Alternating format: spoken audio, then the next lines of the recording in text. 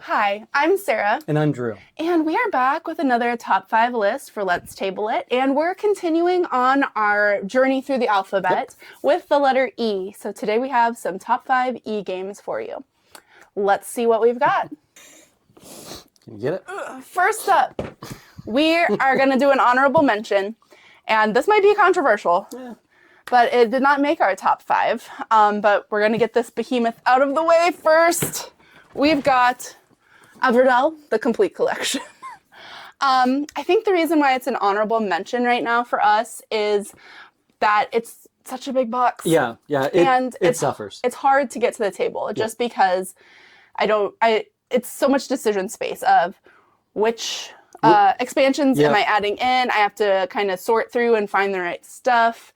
I have to get the box off the shelf into the table. It's just heavy. Yeah. And so I think it suffered a little bit. Yeah, and I think you're starting to see a little pushback against these huge boxes like this. Not that it doesn't use all of its space, but it's definitely one of those that gets in its own way, unfortunately, because that tableau building is just so iconic. It's been, such a big game for so many people for so long. Yes. And I think the other thing that kind of holds it back a little bit is it's just not your favorite. Yeah, I guess my issue with it has always just been that little bit of luck of the draw. What comes out, what do I pull, hoping I can find something else, and then it doesn't work. And especially at lower player counts, which is what we usually play. We usually play 2. Sometimes our daughter does play with us at 3, but still, we've tried a few little variants that we found on BGG just to try to move through those cards a little bit more. But and they help. They help, but it is still just a little bit lucky as far as I've been waiting for this one card to come out the entire game, and it never did. Yep. And so you're just stuck with that space where a card could go, but you're not able to get it. Yeah, so. And I think, 3 to 4 players, this really probably comes into its own. I don't think it adds tons of time when you add another player, but there's definitely a little bit of that lag. Otherwise, when you can get things to connect, boy, it feels really good when you get those big moves and being able to chain things like that. But at the end of the day, it'll be in the collection, and we enjoy it, and it's a lot of fun. For the once a year or every other year at this point that we can get it to the table. But we do need to explore some more of the expansions. I think we've only done 2 so far, just because when we first bought this, we had never played Everdell. We dove in blind, which we do not recommend doing. No. But we just enjoyed the base game, probably the first 5 plays. And so it took us a long time to add in anything new because we just didn't feel like we needed it. Yep. So we're slow rolling this one for sure. But that is our honorable mention, Everdell. Okay, our true number 5 is another larger box. This is Expeditions. So this really takes that world of Scythe and makes it a little bit more approachable. It's a little bit faster. There's a little more exploration that you're trying to do. And that's what I like about it. Yeah, and I think it like I said, it took a lot of the things that we enjoyed about Scythe. It pared it down to just those things, added the exploration, and it really is a fun game. Yeah. Yeah, I would say if we're comparing the 2, we're comparing Scythe and Expeditions, from what I've heard, because we've only played Scythe at 2, and it does not shine, I think, at 2. Yeah. You don't have that conflict, you don't have those player interactions. When we play Scythe, we kind of each take our own part of the board and then just try to get to the middle. And so it loses a little bit in the translation there. Yeah. Expeditions, however, from what I've heard, is one that you only want to play at lower player counts because it gets long. And so when we played it at 2, it was snappy.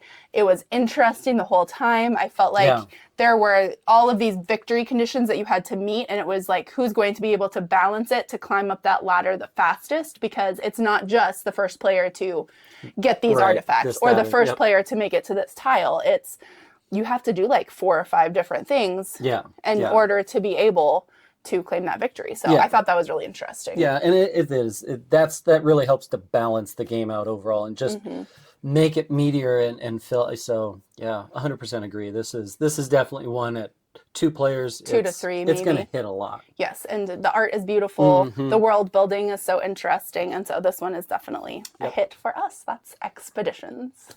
So next up is a game that I absolutely love talking about because it is my #1 game of all time right now, and that is Earth. And Earth is a tableau building game, but it does have a little bit of a twist where you are choosing an action. You get to take the most powerful form of that action, and then all other players get to take a weaker form of that action. Right. And then trigger that action's color across all of your tableau.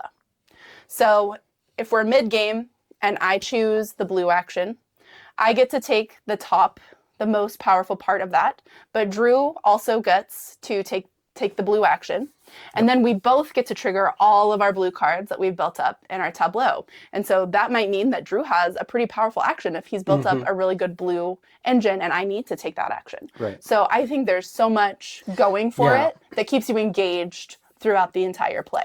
And to go along with it, at the same time, you can play this as relaxed as you want, just building your engine, doing your thing, not really worrying about anything else. Or if you're super competitive because you see somebody and the engine they're building, because it's all public information, you might see that, boy, they're really going hard on that red. I probably don't want to, I don't want to touch that if I don't have to. Yeah. If I can find other ways around it, I'm going to pick something else. And you can kind of race to the finish, too. Oh, yeah. Oh, definitely. So, I think we play a little more relaxed, where we both like to fill our grid as much as possible and get those actions that really matter and maximize our scoring. Yeah. Whereas you could not care about any of that and just race and plant as many cards as you can and fill your 16 grid while someone else only has 10. Yeah. And so you can play it a little more cutthroat. Yeah, but again, it's depending on the gaming group or couple or however you want to do it. It gives you that variability, and there's so many cards, and it's really. I think that's a good and a bad thing, as we've talked about with the plant cards, like with the main deck. There are so many cards to go through that sometimes you do need that one symbol. Yeah, but it's not coming out. But we have played with the abundance expansion, and that does give you a little more flexibility. There's an action that you can spend to look through the deck and find the card that you need, the symbol that you need. And so that helps a little bit. Yeah, but at the same time, because there are so many cards, there's a good chance that you're going to, as long as you're not at the end of the game searching for that one last thing to fill it in, there's a pretty decent chance you're going to find it at some point. Yeah. And so. And while maybe I think that the deck size is a little bit of a detriment for the main deck, I do appreciate that they have so many ecosystems, so many animal cards that give you extra bonus scoring. They have so many different things that every time you play, it's going to be different. Yeah, so exactly. Each time you're going to have 4 sets of scoring conditions that are going to be completely different, that are going to have you doing different things, taking different actions, trying to find different cards. And so that is really interesting also. Yep. And I'm looking forward to playing with the animals expansion when it comes out. So that'll be really cool too. So looking forward to even more plays of Earth. Okay, our #3 is a newer one. This is Emberleaf. So this is another one that, again, kind of has a tableau, but the kicker to this one is that tableau isn't set in stone. It's constantly moving. They've got what they call that card dancing that goes on, and basically, depending on the symbols and when you want to trigger it, you can shift those cards down. Some of them have powers that activate on a shift, others when they're played, others when they actually slide off the board completely. So there's a lot to this one. And it's another one that we've just started to really kind of play a bit more. But I think there's enough a lot there. To it. And even once you get past that, you've got a little bit of deck building where you're going to add a few cards to your hand, but not a lot. You've got some tile laying and area majority control, with those tiles. And so there's just a lot of different mechanisms that really do work well. Yeah, it doesn't feel like they pieced a bunch of things just to do it. It feels like this was well thought out of, we want to integrate this basic idea. What if we use this mechanism? I really think that they worked their really hard to get this, and the art is I was going to say that's very charming. The art is cute. The cards and the characters are very approachable, and you just want to dive into the world a little bit more. Yeah, and Yeah, it's definitely one that I think the more you play it, maybe the more strategy, but I think there's so many different strategies available too, and I think that's why this game's going to have some staying power. And I think that's something interesting about when Drew and I play, our brains very much work differently. Yeah. And so oftentimes we kind of look over at each other mid-game and we're like, wow, you're doing something way different than I'm doing. But that really shows us if a game is balanced or not. Yeah. And so when it comes down to it, and we've both taken very different strategies, and the score is very close, that really tells us that there's something here, that there's a lot of avenues to explore that are equally powerful and not just one path to victory, which we really love in a game. Yes, 100%. But it's fairly new, but I think it's died down a little bit, some of the talk about it, but honestly, at the end of the day, this is one that I think deserves that talk. The attention, yes, and definitely the staying power of seeing it still played on people's tables. So that is Emberleaf.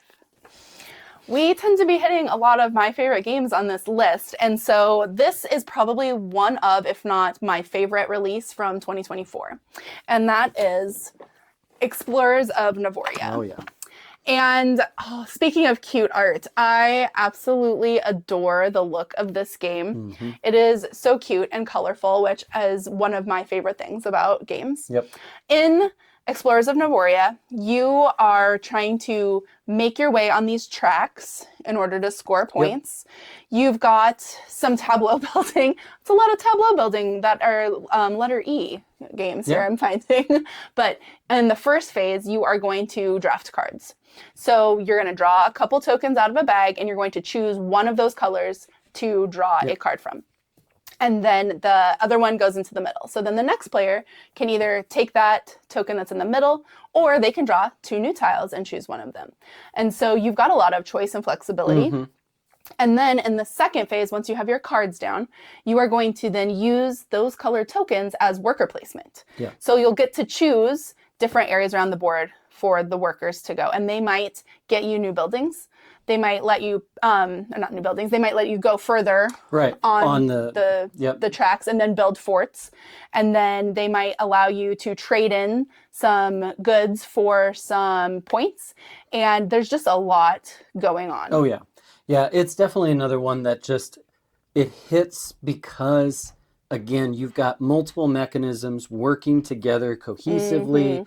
And, couple that with,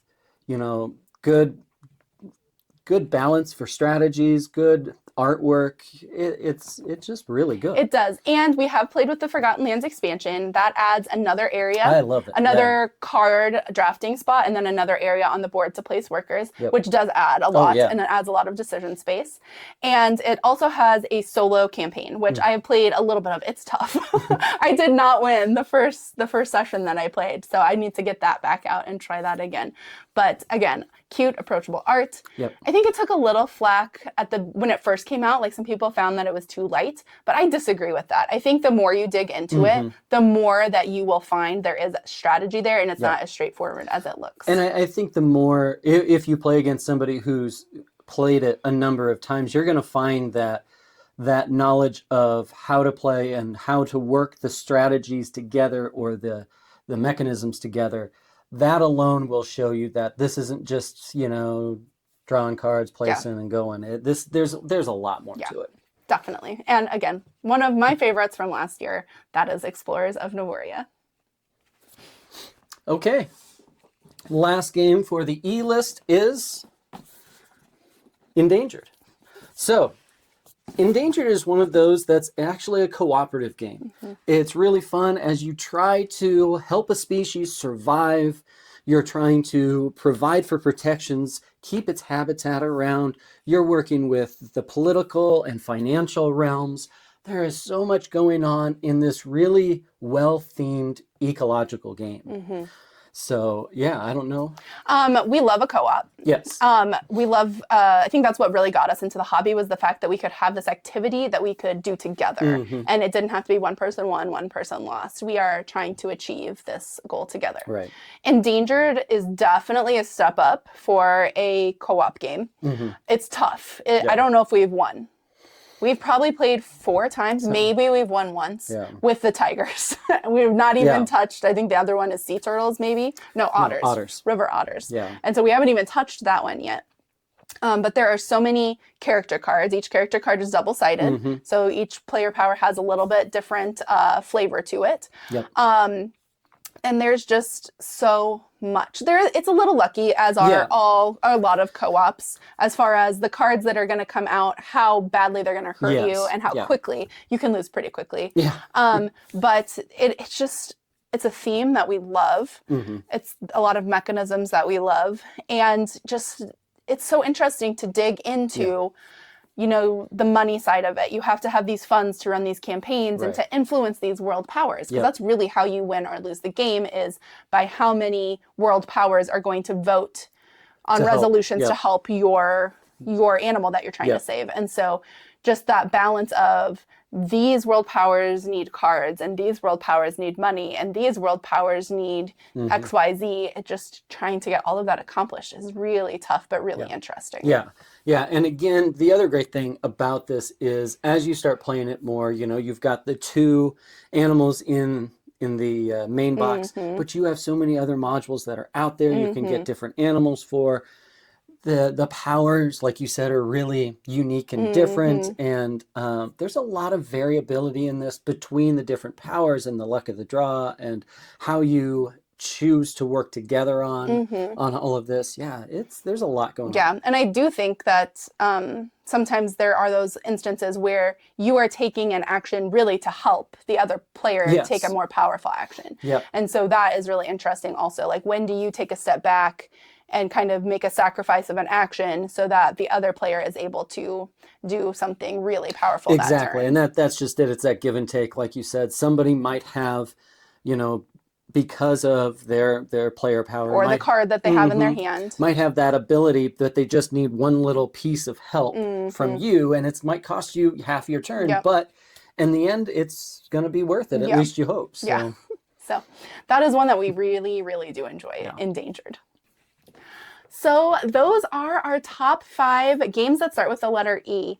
And so we always want to hear from you. What game do you think deserves to be in this list? Or what game do you think we are completely wrong about? Tell us that in the comments too, because we like to have those conversations. All friendly, friendly debate. We love that. So let us know.